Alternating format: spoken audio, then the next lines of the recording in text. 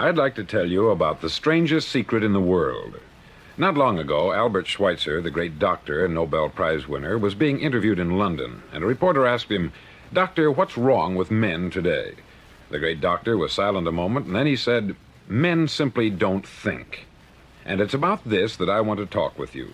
We live today in a golden age. This is an era that man has looked forward, dreamed of, and worked toward for thousands of years.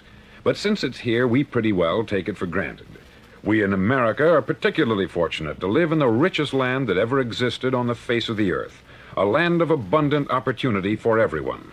But do you know what happens? Let's take 100 men who start even at the age of 25. Do you have any idea what will happen to those men by the time they're 65? These 100 men who all start even at the age of 25 believe they're going to be successful.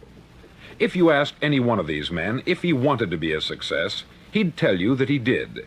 And you'd notice that he was eager toward life, that there was a certain sparkle to his eye, an erectness to his carriage, and life seemed like a pretty interesting adventure to him.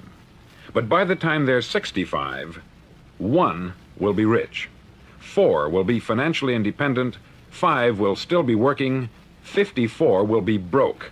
Now think a moment. Out of the 100, only 5 make the grade. Why do so many fail? What has happened to the sparkle that was there when they were 25? What's become of the dreams, the hopes, the plans? And why is there such a large disparity between what these men intended to do and what they actually accomplished? When we say about 5% achieve success, we have to define success. And here's the definition. Success is the progressive realization of a worthy ideal. If a man is working toward a predetermined goal and knows where he's going, that man is a success. If he's not doing that, he's a failure. Success is the progressive realization of a worthy ideal. Rollo May, the distinguished psychiatrist, wrote a wonderful book called Man's Search for Himself. And in this book he says, the opposite of courage in our society is not cowardice, it is conformity. And there you have the trouble today. It's conformity. People acting like everyone else, without knowing why, without knowing where they're going. Now think of it. In America right now, there are over 14 million people 65 years of age and over, and about 13 million of these 14 million are broke. They're dependent on someone else for life's necessities. Now, we learn to read by the time we're 7. We learn to make a living by the time we're 25. Usually, by that time, we're not only making a living, we're supporting a family. And yet, by the time we're 65, we haven't learned how to become financially independent in the richest land that has ever been known. Why? We conform. And the trouble is that we're acting like the wrong percentage group, the 95% who don't succeed. Now, why do these people conform? Well, they don't know, really. These people believe that their lives are shaped by circumstances, by things that happen to them, by exterior forces. They're outer-directed people.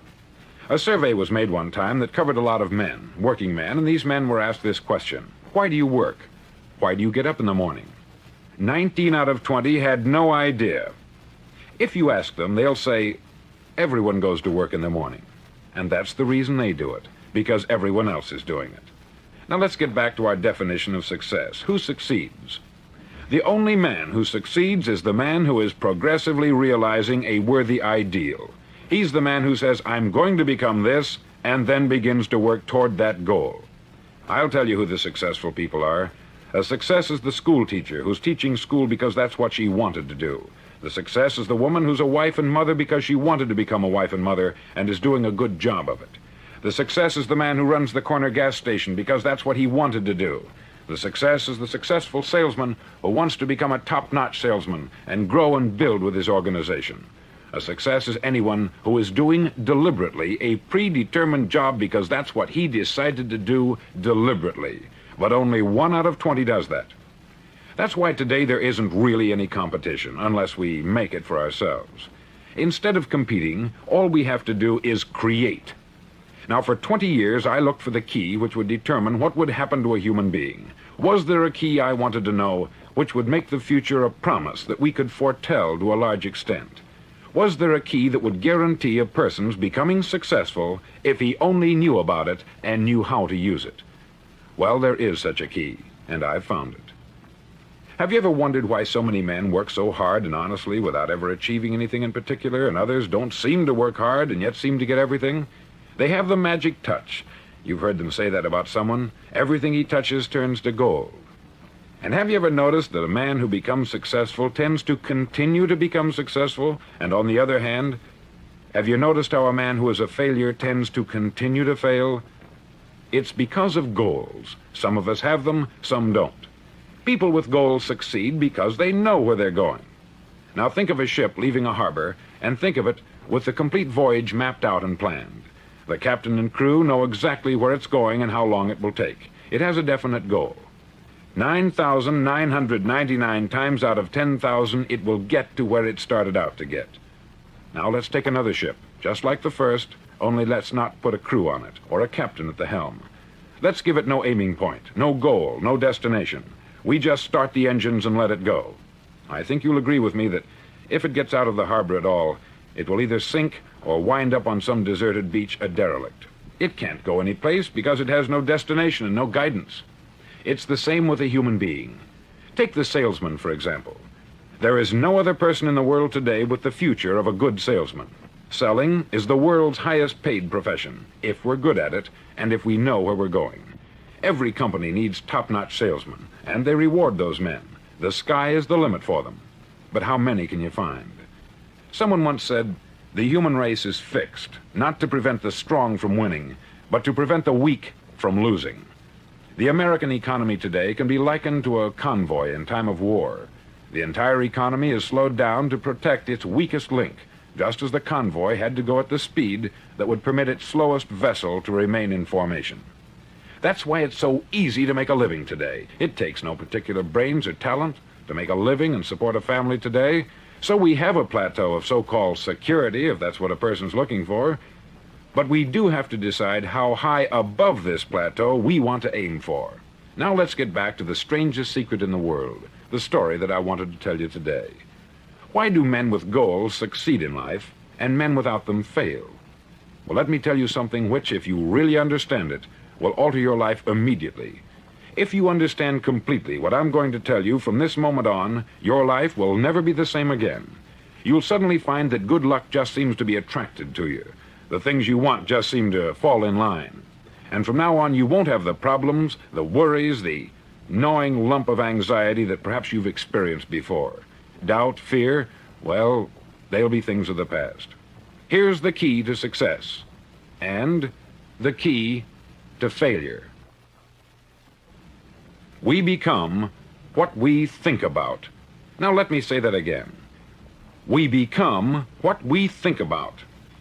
Throughout all history, the great wise men and teachers, philosophers and prophets have disagreed with one another on many different things. It is only on this one point that they are in complete and unanimous agreement. Listen to what Marcus Aurelius, the great Roman emperor, said. He said, "A man's life is what his thoughts make of it." Disraeli said this, "Everything comes if a man will only wait. I have brought myself by long meditation to the conviction that a human being with a settled purpose must accomplish it, and that nothing can resist a will that will stake even existence for its fulfillment." Ralph Waldo Emerson said this, "A man is what he thinks about all day long." William James said, "The greatest discovery of my generation is that human beings can alter their lives by altering their attitudes of mind." And he also said, "We need only in cold blood act as if the thing in question were real, and it will become infallibly real by growing into such a connection with our life that it will become real. It will become so knit with habit and emotion that our interest in it will be those which characterize belief." He also said this, "If you only care enough for a result, you will almost certainly attain it. If you wish to be rich, you will be rich. If you wish to be learned, you will be learned. If you wish to be good, you will be good. Only you must then really wish these things, and wish them exclusively, and not wish at the same time 100 other incompatible things just as strongly." In the Bible you read, in Mark 9:23, "If thou canst believe, all things are possible to him that believeth." Dr. Norman Vincent Peale said this, "This is one of the greatest laws in the universe. Fervently do I wish I had discovered it as a very young man. It dawned upon me much later in life, and I've found it to be one of the greatest, if not my greatest discovery, outside of my relationship to God. And the great law, briefly and simply stated, is that if you think in negative terms, you'll get negative results. If you think in positive terms, you will achieve positive results. That is the simple fact which is at the basis of an astonishing law of prosperity and success. In 3 words, believe and succeed. William Shakespeare put it this way: our doubts are traitors, and make us lose the good we oft might win by fearing to attempt. George Bernard Shaw said, people are always blaming their circumstances for what they are. I don't believe in circumstances. The people who get on in this world are the people who get up and look for the circumstances they want, and if they can't find them, make them.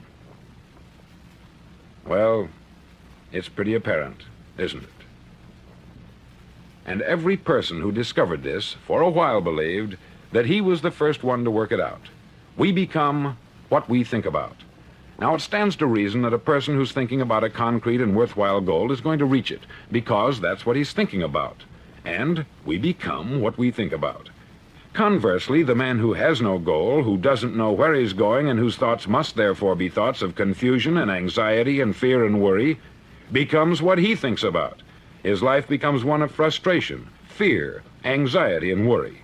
And if he thinks about nothing, he becomes nothing. Now, how does it work? Why do we become what we think about? Well, I'll tell you how it works as far as we know. Now, to do this, I want to tell you about a situation that parallels the human mind. Suppose a farmer has some land, and it's good, fertile land. Now, the land gives the farmer a choice. He may plant in that land whatever he chooses. The land doesn't care. It's up to the farmer to make the decision. Now, remember, we're comparing the human mind with the land, because the mind, like the land, doesn't care what you plant in it. It will return what you plant, but it doesn't care what you plant. Now, let's say that the farmer has 2 seeds in his hand. One is a seed of corn, the other is nightshade, a deadly poison. He digs 2 little holes in the earth, and he plants both seeds, one corn, the other nightshade. He covers up the holes, waters, and takes care of the land, and what will happen? Invariably, the land will return what is planted. As it's written in the Bible, as ye sow, so shall ye reap. Remember, the land doesn't care. It will return poison in just as wonderful abundance as it will corn. So up come the 2 plants, one corn, one poison. Now, the human mind is far more fertile, far more incredible and mysterious than the land, but it works the same way. It doesn't care what we plant. Success, failure. A concrete, worthwhile goal, or confusion, misunderstanding, fear, anxiety, and so on. But what we plant, it will return to us. You see, the human mind is the last great unexplored continent on the earth. It contains riches beyond our wildest dreams. It will return anything we want to plant. Now, you might say, well, if that's true, why don't people use their minds more? Well, I think they've figured out an answer to that, too. Our mind comes as standard equipment at birth. It's free, and things that are given to us for nothing, we place little value on. Things that we pay money for, we value. The paradox is that exactly the reverse is true. Everything that's really worthwhile in life came to us free. Our mind, our soul, our body, our hopes, our dreams, our ambitions, our intelligence, our love of family and children and friends. All these priceless possessions are free, but the things that cost us money are actually very cheap and can be replaced at any time. A good man can be completely wiped out and make another fortune. He can do that several times. Even if our home burns down, we can rebuild it, but the things we got for nothing, we can never replace. The human mind isn't used merely because we take it for granted.